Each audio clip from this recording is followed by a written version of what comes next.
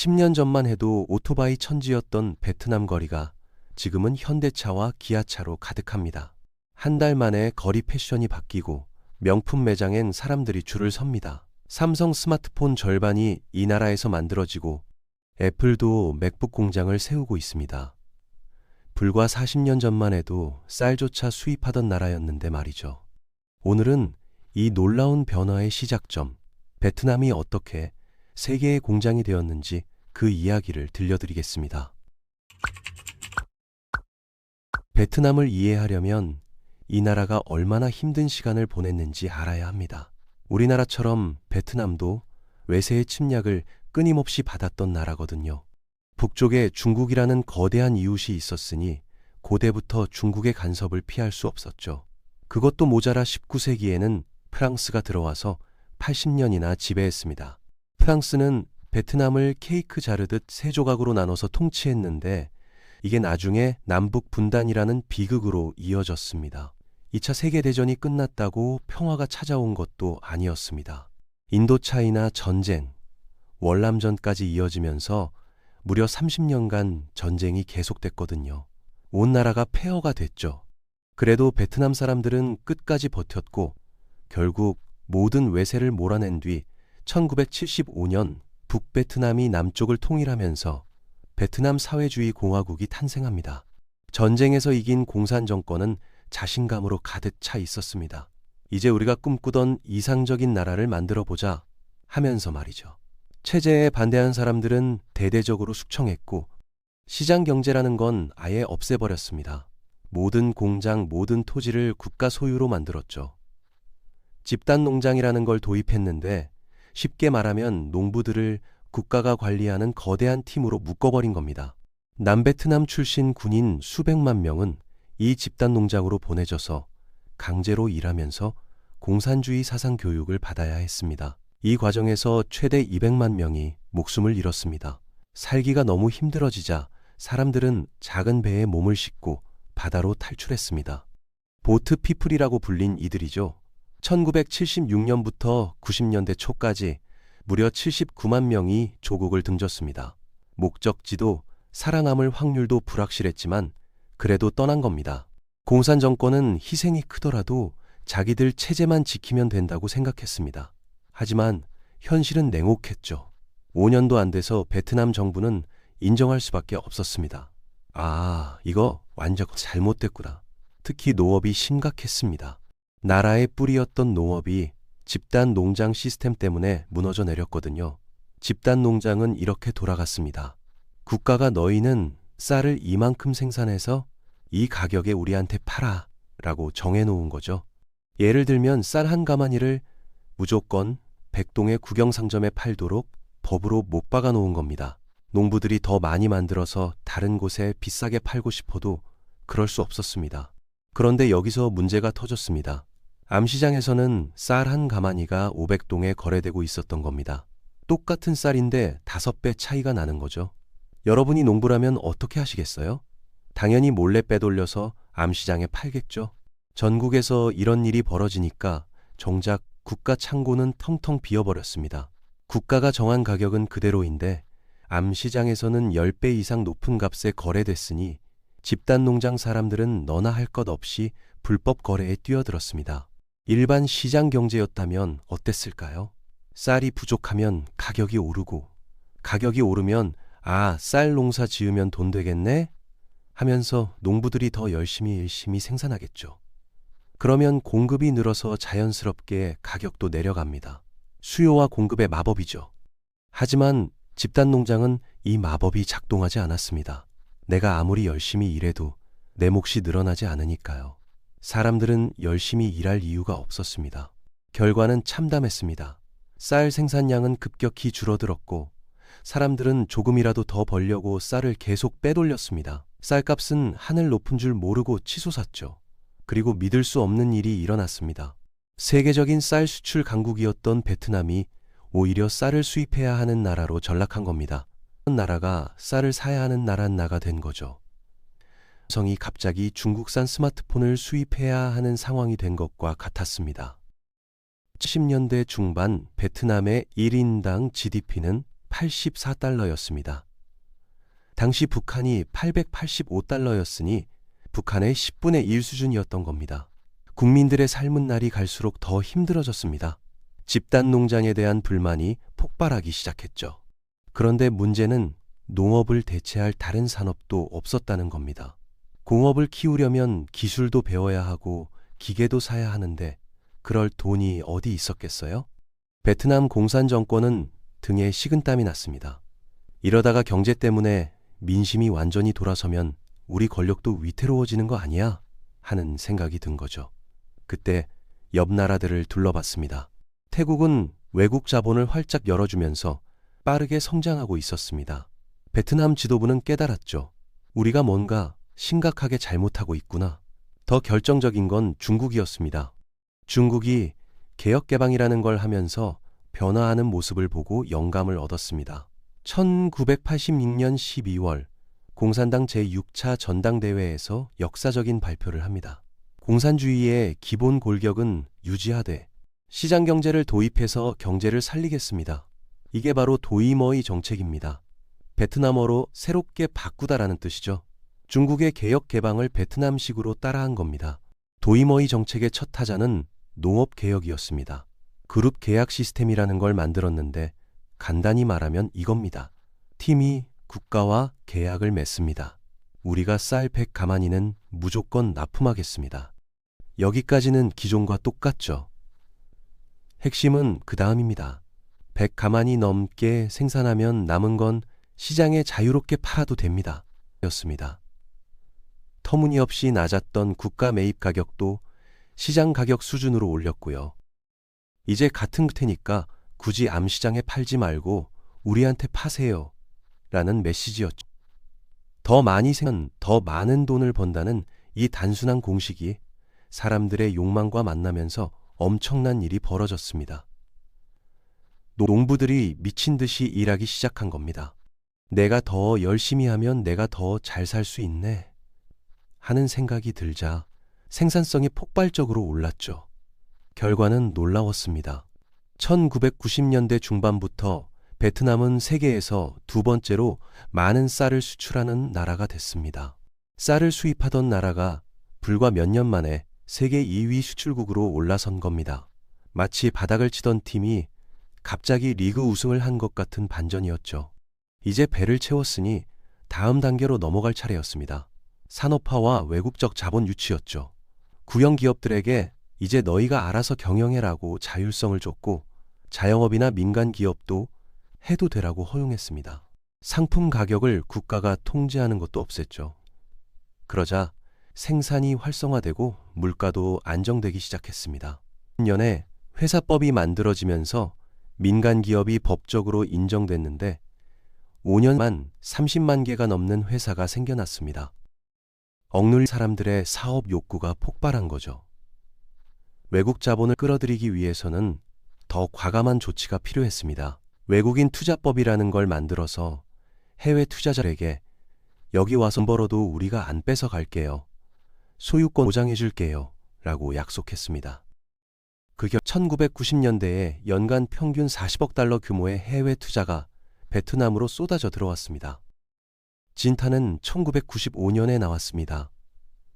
베트남이 오랫동안 유지하던 반미 노선을 버리고 미국과 국교를 정상화한 겁니다. 이게 엄청난 신호탄이었죠. 베트남이 이제 진짜로 문을 열었구나. 한국을 비롯해 대만, 싱가포르, 홍콩 같은 아시아 국가들이 앞다투어 베트남으로 진출하기 시작했습니다.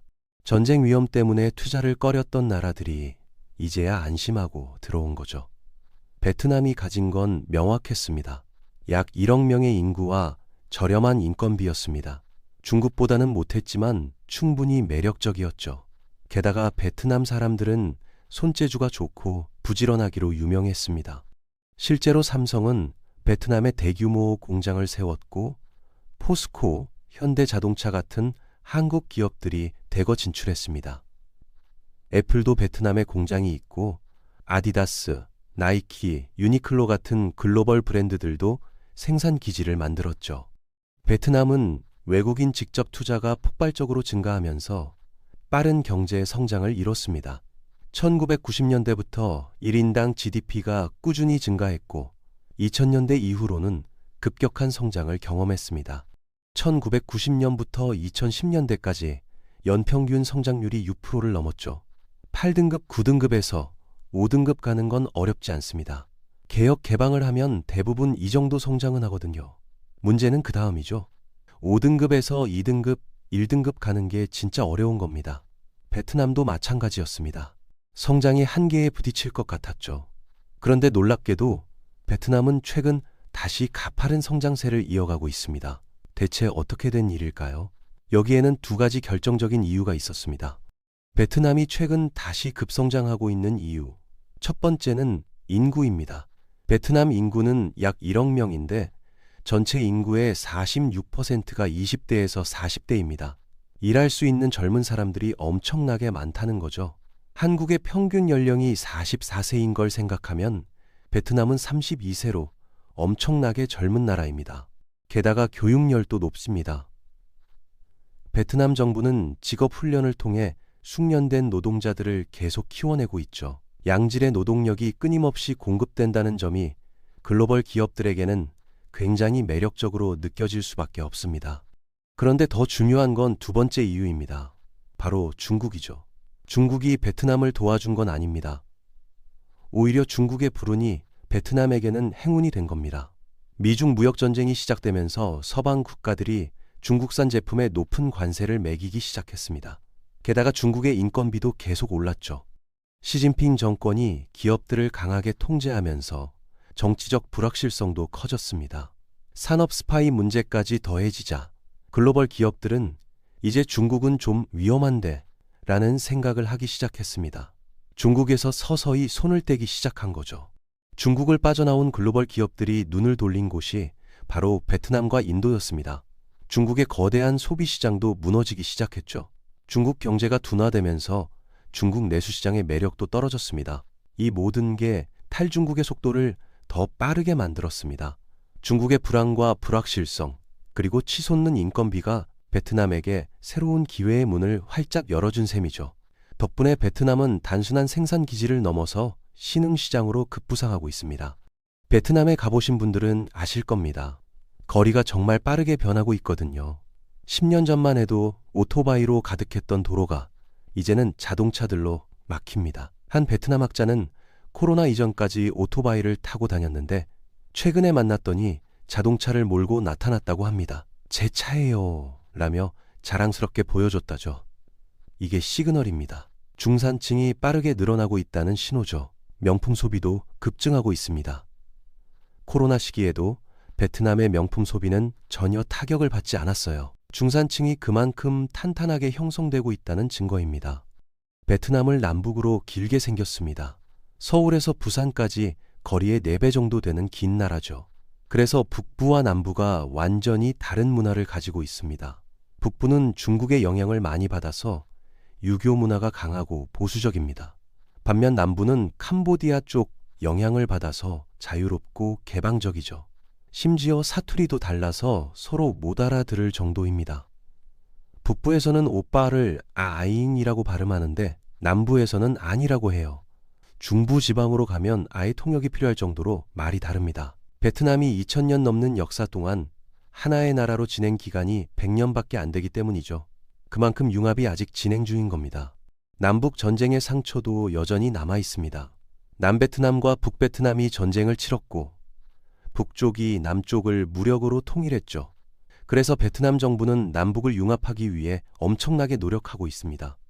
남쪽의 호치민은 경제 중심지로 발전했고 북쪽의 하노이는 정치 중심지였습니다. 문제는 하노이의 소득이 호치민보다 낮았다는 거죠. 균형 발전을 위해 베트남 정부는 하노이 북부 지방에 대규모 공단을 유치했습니다. 우리 삼성도 하노이 북쪽에 공장을 세웠죠. 남과 북을 연결하는 고속도로 계획도 세우고 있고 중부 지방에는 다낭을 중심으로 산업단지를 만들려고 노력하고 있습니다. 베트남과 한국의 관계는 굉장히 특별합니다. 우리가 베트남과 수교한 지 30년이 넘었는데 놀랍게도 한 번도 적자를 본 적이 없습니다. 계속 흑자만 봤죠. 작년에는 중국의 상황이 안 좋아지면서 우리나라 무역자 2위 국가가 베트남이 됐습니다. 베트남과의 교역액도 어마어마합니다. 중국, 미국 다음으로 우리나라의 3대 교역 대상국이 베트남이에요. 더 놀라운 건 투자 규모입니다. 베트남 내 제1위 투자국이 어딘지 아세요? 바로 대한민국입니다. 동남아시아 국가들을 보면 대부분 일본이 투자 1위인데 베트남만은 한국이 1위예요. 왜 우리나라가 이렇게 베트남에 많이 투자했을까요? 글로벌 금융위기를 겪고 난 뒤 우리 기업들은 절박했습니다. 생산성이 많이 떨어졌거든요. 새로운 투자처를 찾아야 했죠.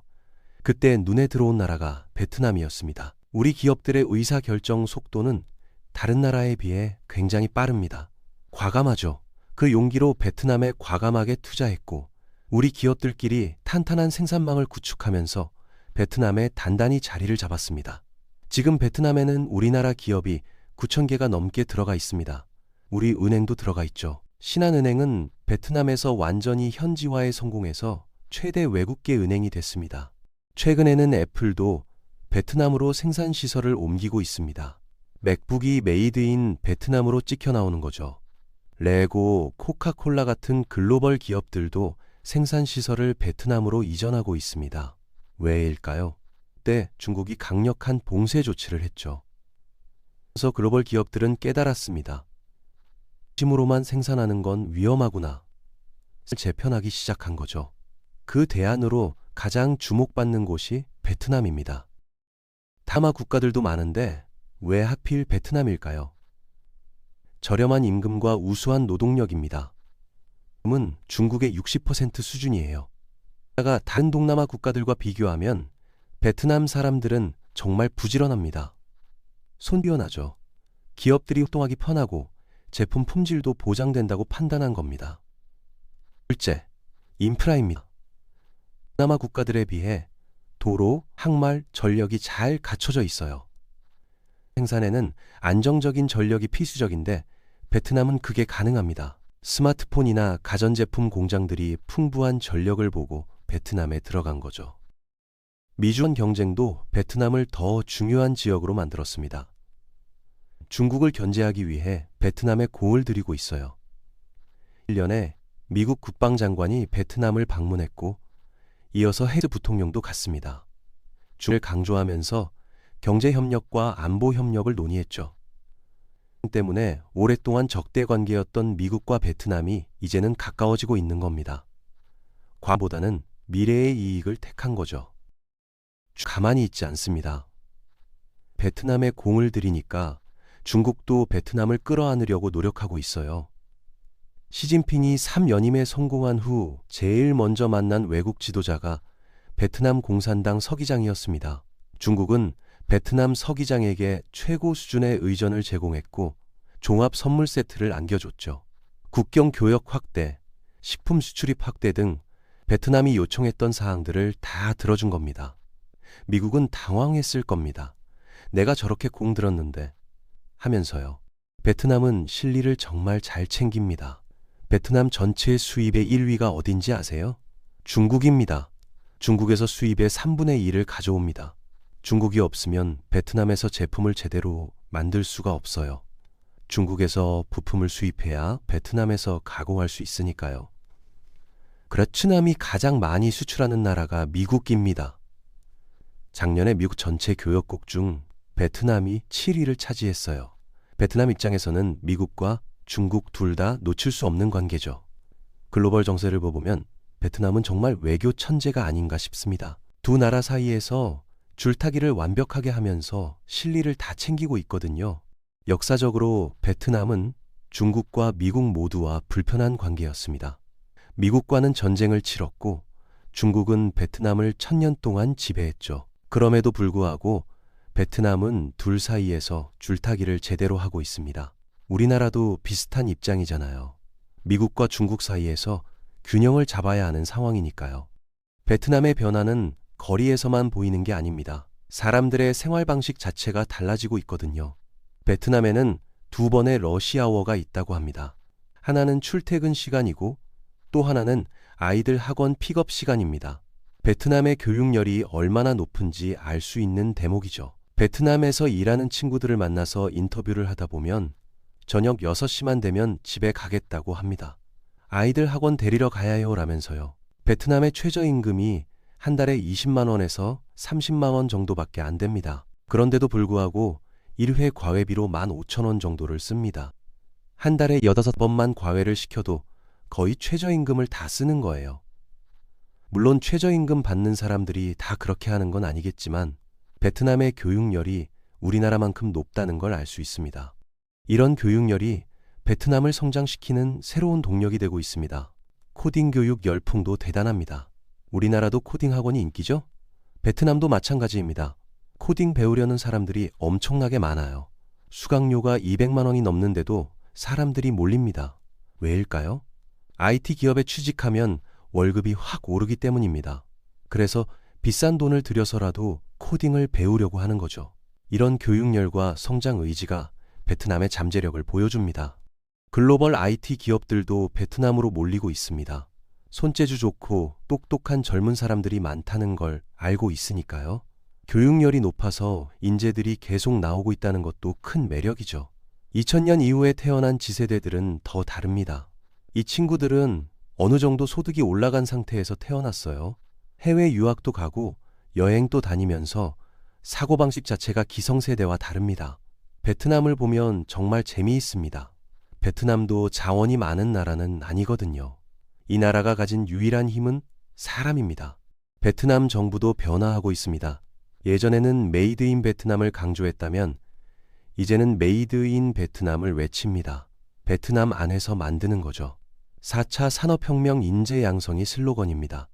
실제로 베트남의 ICT 산업은 전년 대비 28%나 성장했습니다. 일 3,000개가 넘는 디지털 기업이 새로 생겼고요.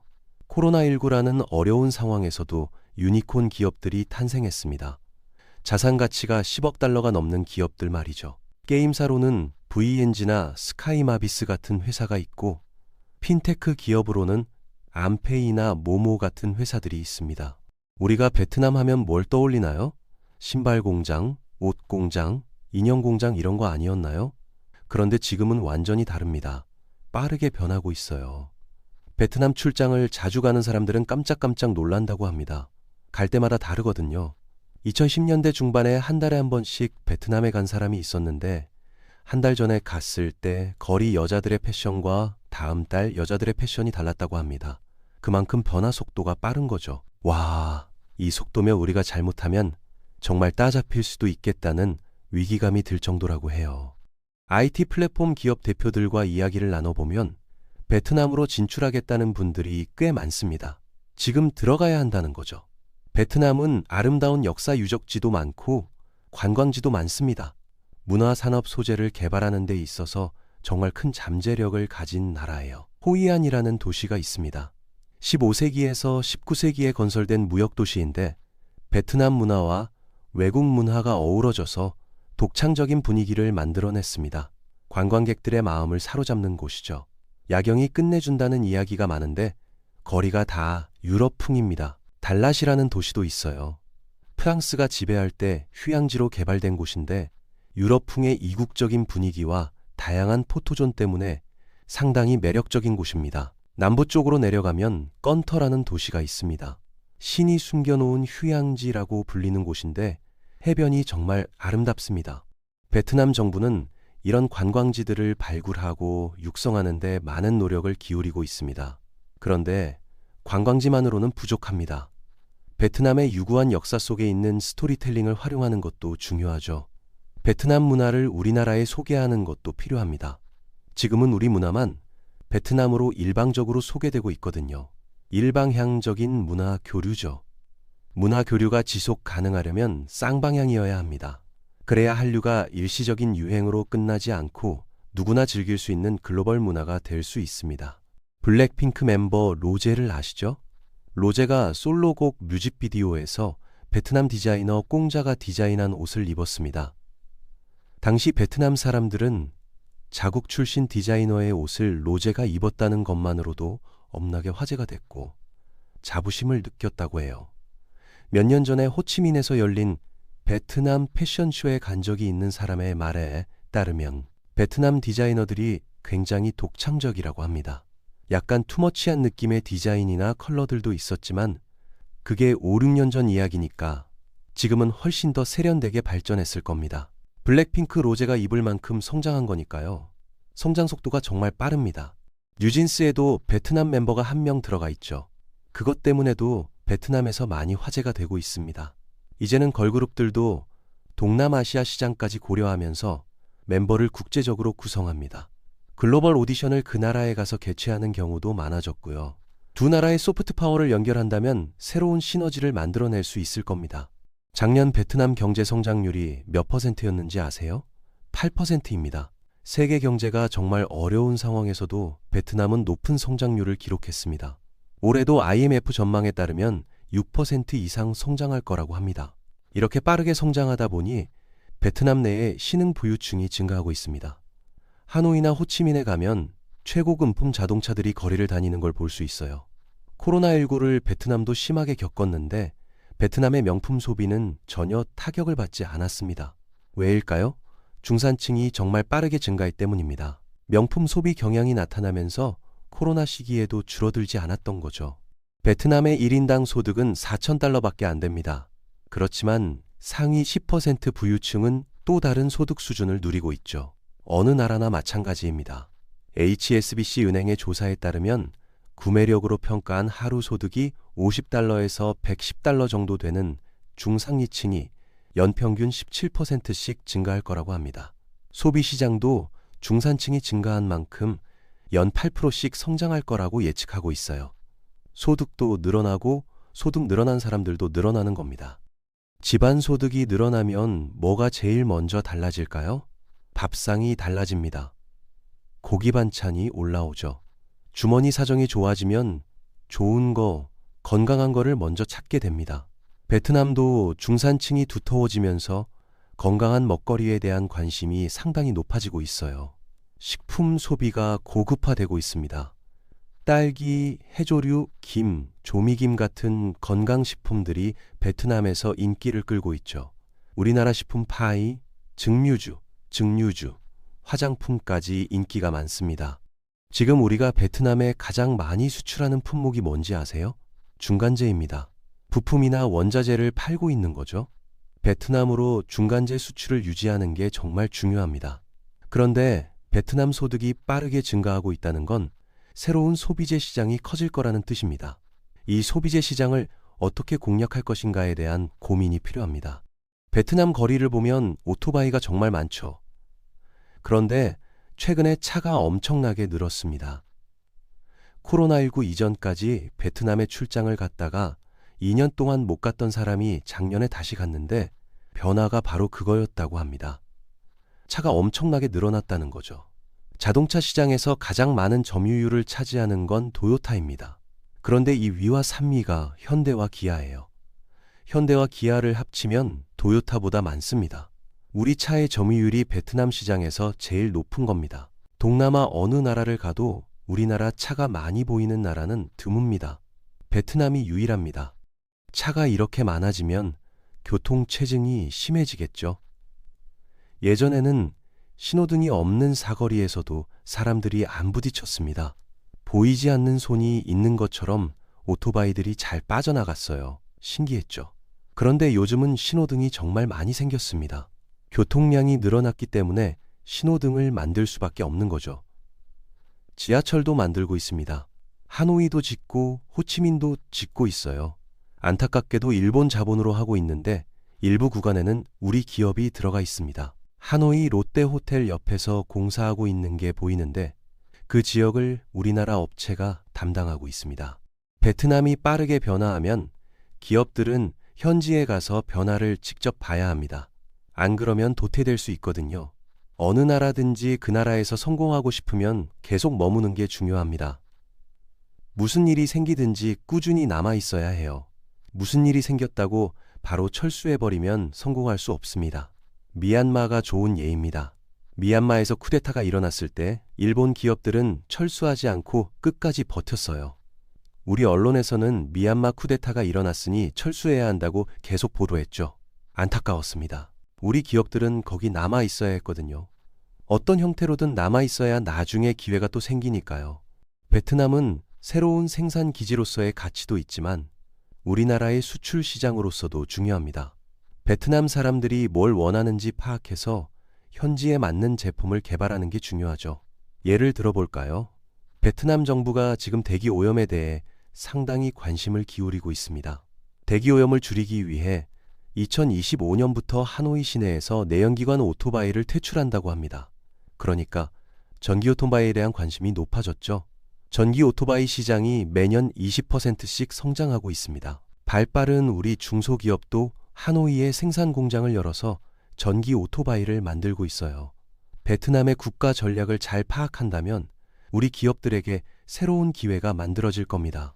베트남은 국제 기준에 맞춰서 빠르게 변화하고 있습니다. 이에 맞춰서 우리나라와 베트남의 관계도 달라져야 합니다. 베트남은 1인당 국민소득 5,000달러를 목표로 하고 있고 2045년까지 고소득 선진국에 진입하겠다는 걸 목표로 성장 로드맵을 내놨습니다. 분명히 외국 투자에 의존하는 경제 구조라는 한계가 있습니다. 베트남 수출의 70%가 외국 기업들이 들어가서 만들어낸 성과거든요. 그만큼 외국 자본에 의존하는 구조죠. 하지만 성장 잠재력은 상당히 큽니다. 베트남을 바라보는 우리의 시각이 변해야 합니다. 일방적으로 우리가 베트남에 뭔가를 해주겠다, 베풀겠다는 생각으로는 더 이상 안 됩니다. 같이 협력해서 뭔가를 만들어내고 이익을 공유할 수 있는 파트너로 인정해야 합니다. 그래야 지속 가능한 관계로 베트남이 우리 곁에 남을 겁니다. 우리가 베트남 전쟁 때 진 빚도 있죠. 베트남의 기본적인 입장은 상처를 묻고 미래를 위해 협력하자는 태도입니다. 상처는 그대로 덮어만 둬서는 안 되죠. 아물지 않으니까요. 그런 만큼 우리도 기회가 있을 때마다 유감을 표명하고 책임 있는 태도를 보이려고 노력해야 합니다. 베트남을 새로운 교량 국가로 봐야 하지 않을까 합니다. 우리나라가 예전에는 선진국과 개발도상국을 연결하는 교량 역할을 했습니다. 하지만 이제 우리나라는 선진국이 됐죠. 우리가 하던 그 역할을 할 수 있는 나라가 어디일까요? 베트남입니다. 베트남 옆을 둘러보면 베트남만 가지고는 작습니다. 1억 명밖에 안 되잖아요. 그런데 아세안 전체를 보면 인구가 7억 명에 가깝습니다. 베트남을 허브로 해서 아세안 지역을 연결한 새로운 공급망을 만들어낼 수 있다면 안정적인 공급망을 아세안 영역 내에 구축할 수 있을 겁니다. 과거보다 경쟁자들이 정말 많이 늘었습니다. 베트남은 시장을 적극적으로 열어주는 나라거든요. 개발도상국 중에서 가장 많은 자유무역협정을 가지고 있다고 했죠. 많은 기업들이 그걸 보고 베트남으로 들어가고 있습니다. 미중 패권 경쟁 때문에 새로운 생산기지로 부상하면서 중국에서 나오는 기업들이 베트남으로 들어가고 있어요. 이미 들어가 있는 우리 기업들, 지금 베트남으로 가려는 우리 기업들에게는 새로운 경쟁자들이 계속 생기는 겁니다.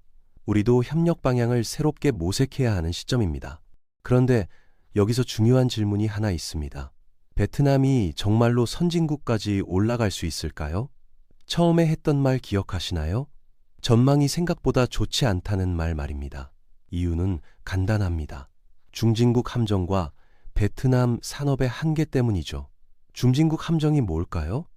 간단하게 말하면 못 살던 나라가 중간 정도까지는 올라가지만 그 이상으로 올라가지 못하는 걸 말합니다.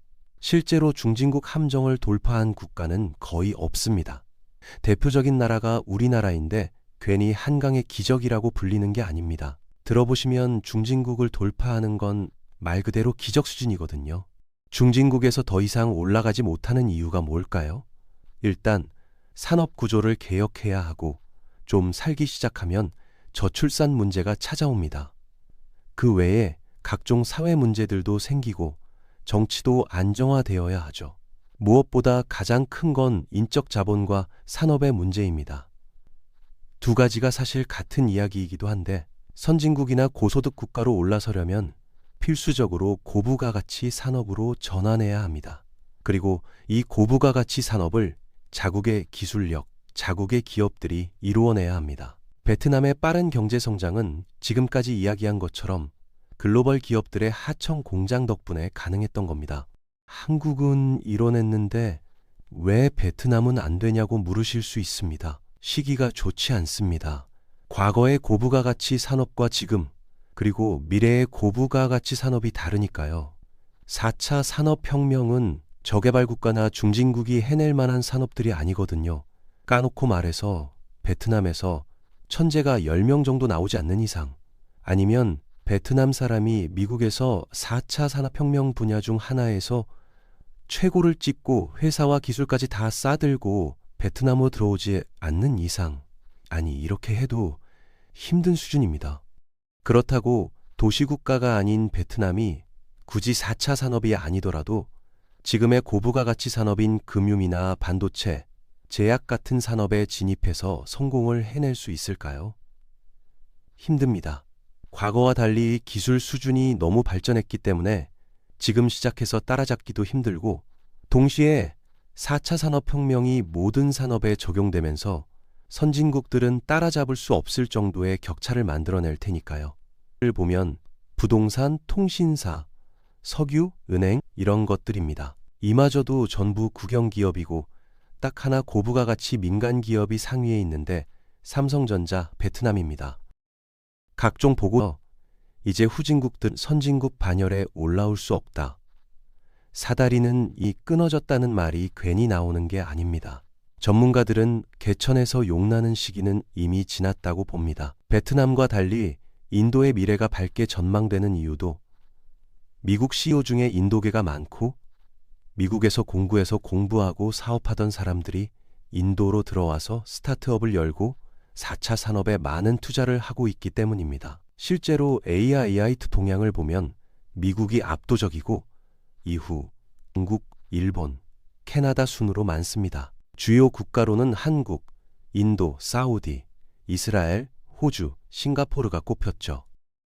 핵심은 차 산업에 대한 투자와 연구는 국가가 나서서 할 수 있는 게 아니라 기업이 해야 하는데 베트남에는 지금 그럴 만한 기업이 없다는 겁니다. 여기에 더해 평생 다른 나라의 하청 공장 포지션을 유지할 수도 없습니다. 중국에서 발을 뺀 이유 중 하나인 인건비 상승이 이미 베트남에서 진행 중이거든요. 베트남의 노동 인구는 출산율 감소와 빠른 고령화로 줄어들고 있습니다. 최저임금도 인상되고 있어요. 인건비가 계속 상승한다면 글로벌 기업의 공들은 인건비가 싼 또 다른 국가로 옮겨갈 겁니다. 심지어 토리가 점점 더 발전함에 따라 인력 수요도 줄어들 겁니다. 이미 미단 기업들은 자국의 공장을 세우고 있습니다. 인력이 많은 데다 오히려 관리할 고급 인력이 필요하니까요. 메콩강의 기적은 실현되기 많이 어렵다고 봐야겠죠. 성장은 하고 있지만 전망이 그렇게 좋지만은 않은 베트남 경제. 이게 현실이. 하지만 가능성을 완전히 부정할 수는 없습니다. 젊은이, 높은 교육열, 빠른 변화 속도를 보면 분명 잠재력은 있거든요.